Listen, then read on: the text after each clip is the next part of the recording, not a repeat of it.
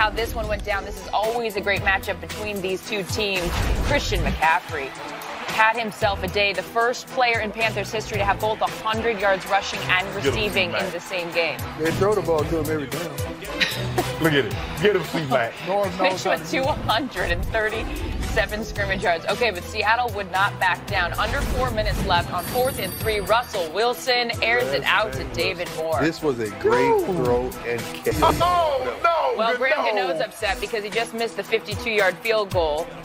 Just over a minute left now. Wilson goes deep to Tyler Lockett. Down to the Panthers 10. Come on, Captain.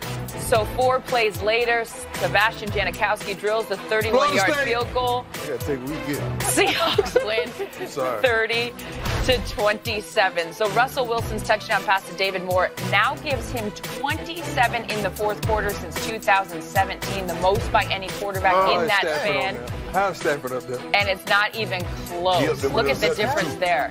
Shannon, I want to go back because this show is on television. And a few weeks ago, you were into the Seahawks, then you were over the Seahawks. Then you were into the Seahawks, then you were over the Seahawks. Let me guess, because they won today, now you're into them? Let me level up, then. Okay, please do, Sierra.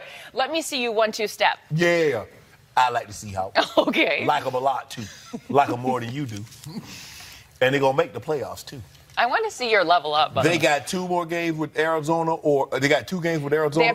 They have 2 San Francisco, 1 Arizona, and 1 Minnesota. And 3 and 4 of those are at home. I got a feeling they're going to be 4. They're going to go 4-0 in them games. So you think you feel that strongly about them? Feel real good. I'm not a betting man. Boy, they put something on it in. They got Kansas City on there, too. I like Sweet Ice They Tea. got who on there? They got Kansas City. Okay, they're going to win 4-5. I like Sweet Ice Tea.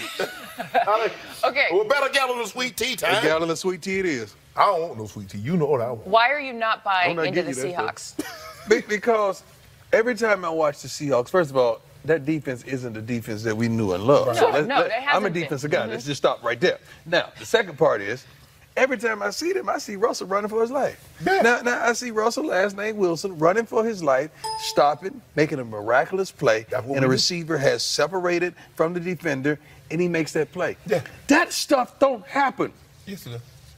When it comes down to it, those Not last 2 consistently, games, you're right. It thank doesn't you, happen those last 2 consistently. games of the season, especially one round in the.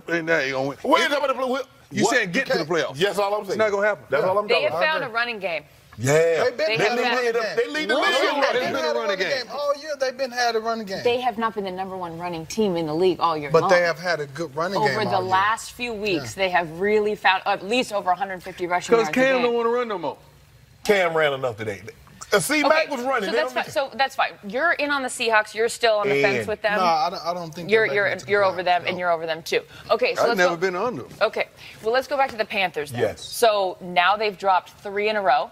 Where are we at with them, and what you saw from them today? Do you have them questioning even making a run? The defense has let them down. They're scoring enough points offensively, but now their defense can't get up the field on 3rd down, and they can't make the play to stop them. Got 0 turnover in the last 3 games, giving up almost 35 points a game.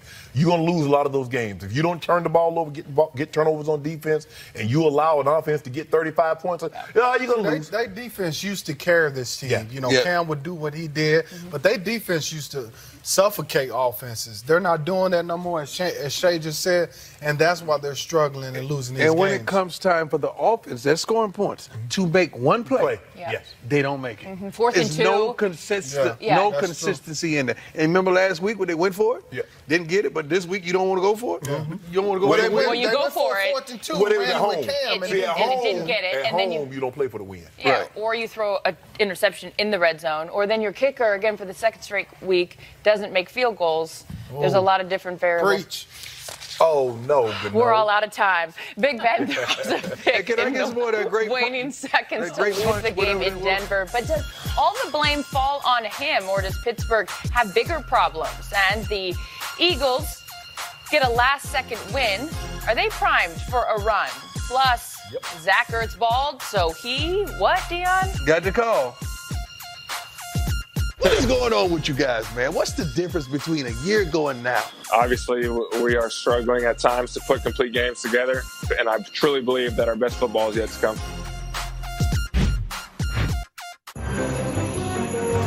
The NFC East. You heard me. Saquon Barkley did all he could for the Giants in the first half. Here's the math: 131 scrimmage yards. He for real. And 2 touchdowns. They had a lot of offense in the first half, but then we're not quite sure what happened to him in the second half. 5 touches. That's what happened. I mean, who called the plays? Exactly. Who called the plays? We'll talk about that in a second. I believe you. Ain't nobody saying nothing about Eli. In Eagles territory, Malcolm Jenkins, the interception. So you guys are mentioning in the second half, the Giants didn't find the end zone. That pass to Odell Beckham Jr. is as close as they would get. Beckham thinks he was held. Yeah, only he was. 3 points. He was? He was held. No. Okay, no, he said no. 3 points for 56 yards in the second half. So with just over 2 minutes in the fourth quarter, game tied at 22, Carson Wentz finds Nelson Aguilar. 4th and 1 from the Giants' 42. Just like last year, Jake Elliott kicks the game-winning field goal. Eagles win 25-22 and remain alive in the NFC East. So Cowboys hold the tiebreaker over the Redskins. So they're first in the division, but the Eagles just a game back. Here's their remaining schedule. Eagles may lose every last one of them. Mm-hmm. They may lose every last one of those games. Bet some more tea. Sweet tea. What you say they're going to Okay, Shannon. What's going to be the rest? Will the Eagles go on a run? Yep.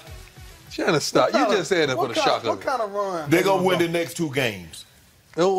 At beat Washington at home and go to the Cowboys and beat them. Now run tell that. They're not going to be. That's That a ain't a run. run. They ain't going to get them in the playoffs. 2 games is not a run. How about this here? That's 2 a games step. is a step. How about this? It's a 1-2 step. They'll win 4 of their next 5. Shannon, okay. stop. You One just, 4 of their next 5. you just want some attention right now. What's the next question? 4 of their next You 5. just want some attention. I got 2 gallons of tea on you. I'm with you. Next question, LT. Are the Giants the most disappointing team this season? No. Yes. To me, they are. Because when they drafted Saquon Barkley, I thought they were a playoff team.